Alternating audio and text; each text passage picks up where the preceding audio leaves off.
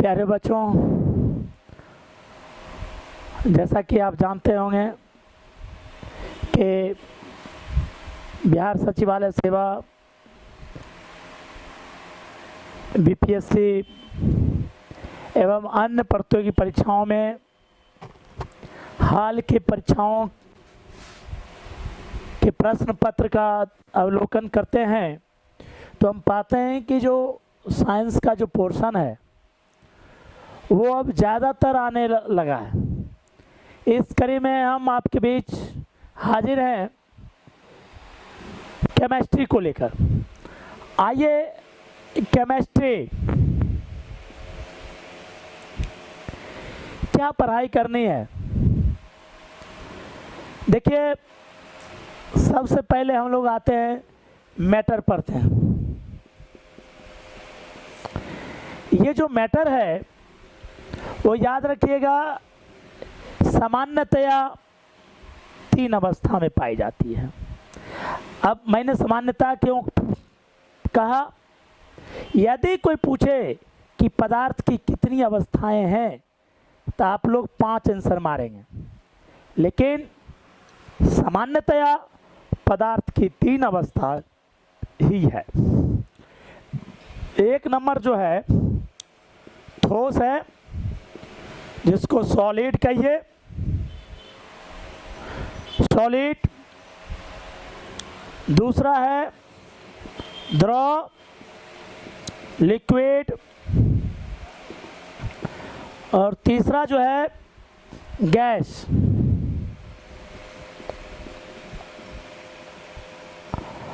चौथा जो है प्लाज्मा अवस्था है।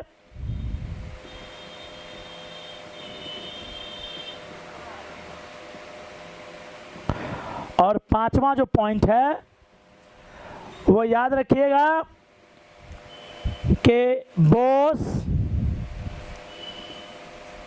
आइंस्टाइन, कंडेंसेट, बीईसी, ये पदार्थ के 5 अवस्थाएं हैं, परंतु सामान्यतया पदार्थ 3 अवस्थाएं में पाई जाती हैं। इस बार बीपीएससी का एक क्वेश्चन था कि ताप का वह बिंदु क्या कहलाता है जिस पर ठोस, द्रव और गैस तीनों अवस्था में पदार्थ पाई जाती है। तो आप याद रखिएगा, वह भी एक अवस्था आती है जहाँ पर ठोस, द्रव और गैस तीनों अवस्था में पाई जाती है, और उसको कहते हैं ट्रिपल पॉइंट, त्रिक बिंदु। बहुत ही बढ़िया प्रश्न था और जनरली सभी लोग जानते रहते हैं। देखिए, सॉलिड, लिक्विड, गैस, ये जो 3 अवस्था है ये मुख्यतः एक ही सिद्धांत पर आधारित है और उसे हम इंटरमॉलिक्यूलर फोर्स कह सकते हैं। इंटरमॉलिक्यूलर फोर्स क्या है? किसी पदार्थ के 2 अणुओं के बीच लगने वाला बल इंटरमॉलिक्यूलर फोर्स कहलाता है। यानी 2 अणु के बीच जो दूरी है वह इंटरमॉलिक्यूलर डिस्टेंस कहलाएगा। तो यदि दूरी कम होगा तो आप जानते हैं कि दूरी के वर्ग के व्युत्क्रमानुपाती होता है। कहने का मतलब है, यदि बल ये दूरी दुगनी हो जाएगी, 2 अणु के बीच दूरी ये है, ये बढ़ करके ये हो गई, तो बल जो था ये दूरी बढ़ गई तो बल घट गया। तो इंटरमॉलिक्यूलर फोर्स जितना ज्यादा होगा, जितना बड़ा होगा, इंटरमॉलिक्यूलर डिस्टेंस उतना कम होगा। यानी इंटरमोलिकुलर डिस्टेंस यदि नगण्य है तो वह ठोस कहलाएगा, यदि इंटरमोलिकुलर डिस्टेंस थोड़ा ज्यादा है तो द्रव कहलाएगा। यानी इंटरमोलिकुलर डिस्टेंस बहुत ज्यादा है तो वो गैस कहलाएगा। एकदम खत्म हो गया होगा प्रॉब्लम। कहने का मतलब है कि यदि दो अणुओं के बीच लगने वाला इंटरमोलिकुलर फोर्स बहुत बहुत अधिक है तब वह ठोस है। तो भाई इंटरमोलिकुलर फोर्स अधिक है, कहने का मतलब बांधने की क्षमता अधिक है, तो उसका शेप जो होगा, उसका साइज जो होगा, उसका जो वॉल्यूम होगा, ये सारा निश्चित होगा। यानी जिसका वॉल्यूम, आयतन और शेप, आकार वो निश्चित होता है उसको सॉलिड कहते हैं। क्लियर? ये एक ही थ्योरी पर काम किया भाई, इंटरमोलिकुलर फोर्स अधिक है। अब देखिए इंटरमोलिकुलर फोर्स थोड़ा घटा, दूरी बढ़ा, ठोस जो है द्रव में आ गया। ठोस दूरी जो ही बढ़ा, अब जैसे सॉलिड को गर्म कीजिए ना भाई, सॉलिड गर्म होगा, इंटरमोलिकुलर डिस्टेंस जो ही गर्म होगा तो दूर भागेगा, दूर भागेगा तो दूर भाग गया, द्रव बन गया। तो ये इंटरमोलिकुलर फोर्स जो है द्रव में कम होता है सॉलिड की अपेक्षा, और इंटरमोलिकुलर डिस्टेंस जो है वो सॉलिड की अपेक्षा अधिक होता है। क्लियर? गैस जो है वो इंटरमोलिकुलर डिस्टेंस बहुत अधिक हो जाए, दूर दूर पर अणु हो, तो भाई इसका डेफिनिटी नहीं है, जिस बर्तन में डालोगे वैसा आकार पूरे को घेर लेगा। यानी आप जैसे मान लीजिए बीकर में द्रव को डाले भाई, तो जितना जैसे एक बोतल पानी रखेंगे बीकर में तो थोड़ा सा ही भरेगा, पूरे नहीं भर देगा। लेकिन गैस क्या है भाई, बहुत ज्यादा डिस्टेंस है, जिसमें डालो पूरे को पूरे भर देगा। तो यानी इसका ना तो आकार है निश्चित, ना आयतन निश्चित है, दोनों इनडेफिनिट है, इसलिए ये गैस कहलाएगा। यानी जिसमें इंटरमोलिकुलर फोर्स नेग्लिजिबल हो, इंटरमोलिकुलर डिस्टेंस बहुत ज़्यादा हो, वो गैस कहलाएगा। अब देखिए अति ताप यदि कर दें, बहुत ज़्यादा टेम्परेचर बढ़ा दें, तो उसमें कोई भी पदार्थ चमकना शुरू हो जाता है। वह पदार्थ की चौथी अवस्था है, प्लाज्मा अवस्था है, इसमें पदार्थ चमकने लगता है। सूर्य प्लाज्मा उपस्थिति के कारण चमकता है। कोई भी पदार्थ चमक है अति ताप के कारण।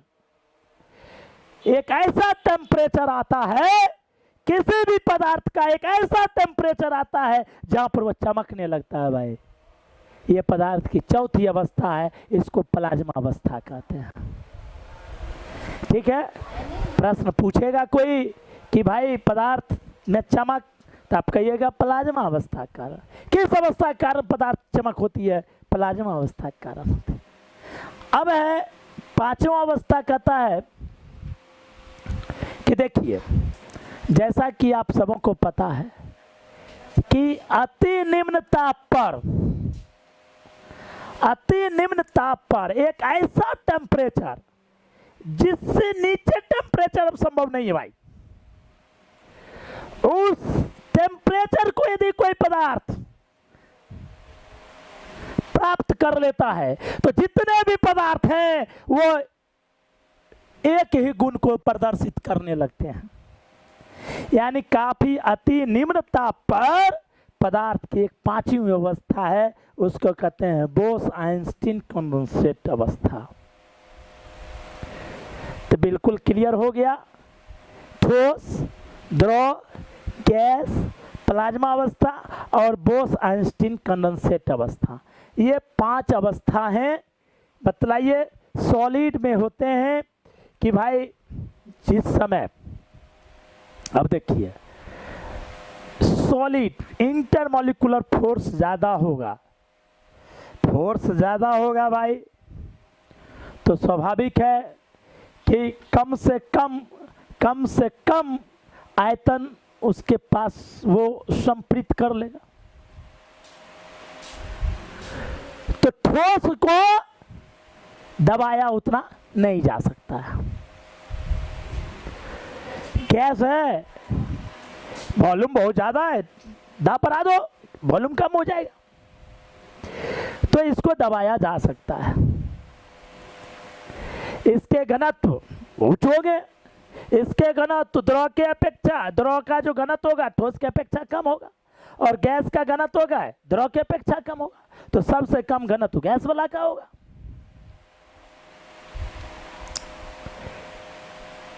मैंने कहा कि ठोस को किसी बर्तन में डालो, ठोस अपना आकार नहीं बदलेगा, उसका आकार निश्चित होता है। लेकिन जब उसको हम द्रव के रूप में लाते हैं, तब जो है वह जिस बर्तन में डालो उसी के आकार का हो जाता है। तो आकार जो है इसका बदलता है, लेकिन आयतन तो वही रहता है। गैस में मैंने कहा कि दोनों इसका जो है वह वेरिएबल है, शेप साइज भी वेरिएबल है और इसका वॉल्यूम भी वेरिएबल है। तो इस तरीका से मैटर के 3 अवस्थाएं होती हैं। आप बिल्कुल पढ़ लिए होंगे, समझ भी गए होंगे अच्छी तरह से। अब देखिए,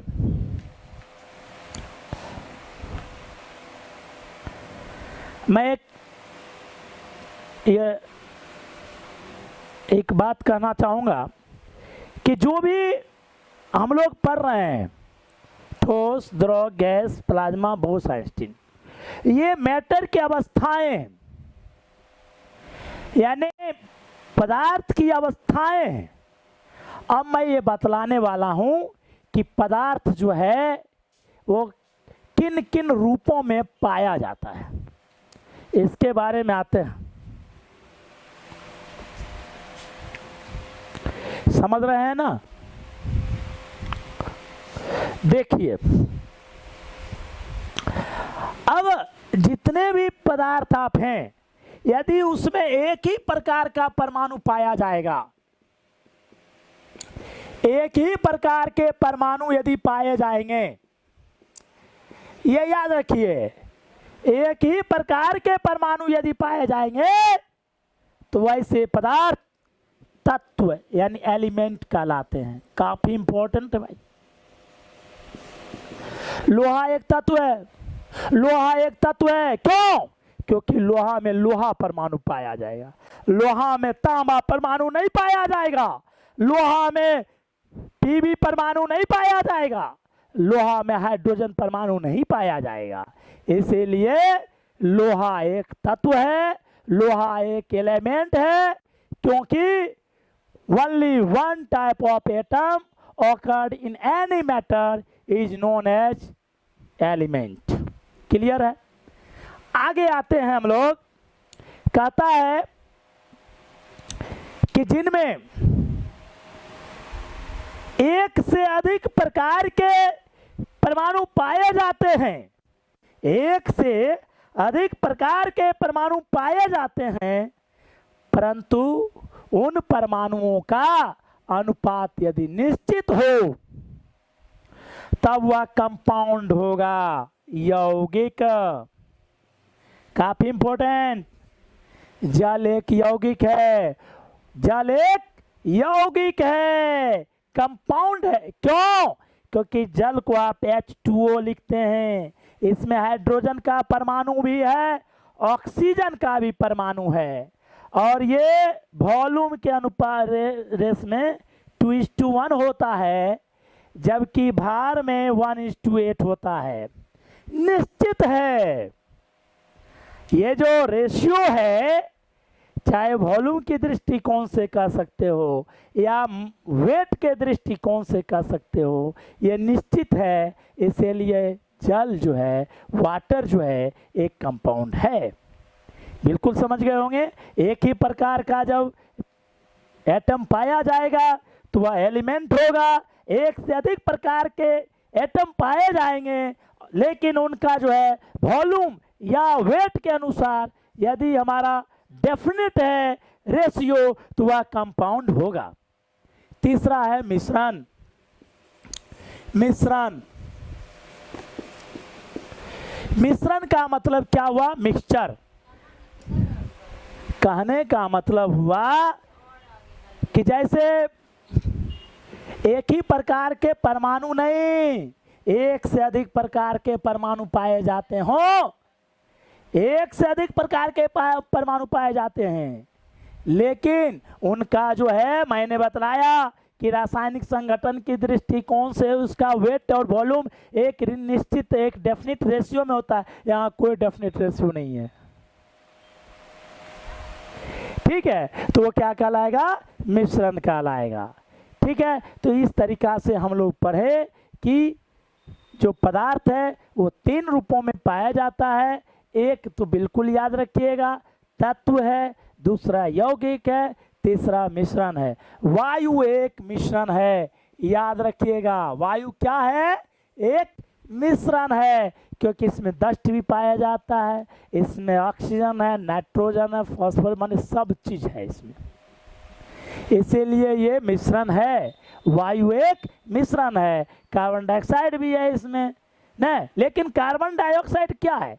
तो यौगिक है, क्योंकि उसमें कार्बन और ऑक्सीजन बिल्कुल बतला रहा है कि उसका जो है क्लियर है कि किस रेशियो में वो पाया जा रहा है। तो इस तरीका से आप बिल्कुल यहाँ तक समझ चुके होंगे कि तत्व क्या है, यौगिक क्या है न, और मिश्रण क्या है। आज इतना है, बहुत बहुत धन्यवाद। फिर अगले बहुत ही जल्द केमिस्ट्री के दूसरे क्लास में मिलते हैं। धन्यवाद धन्यवाद।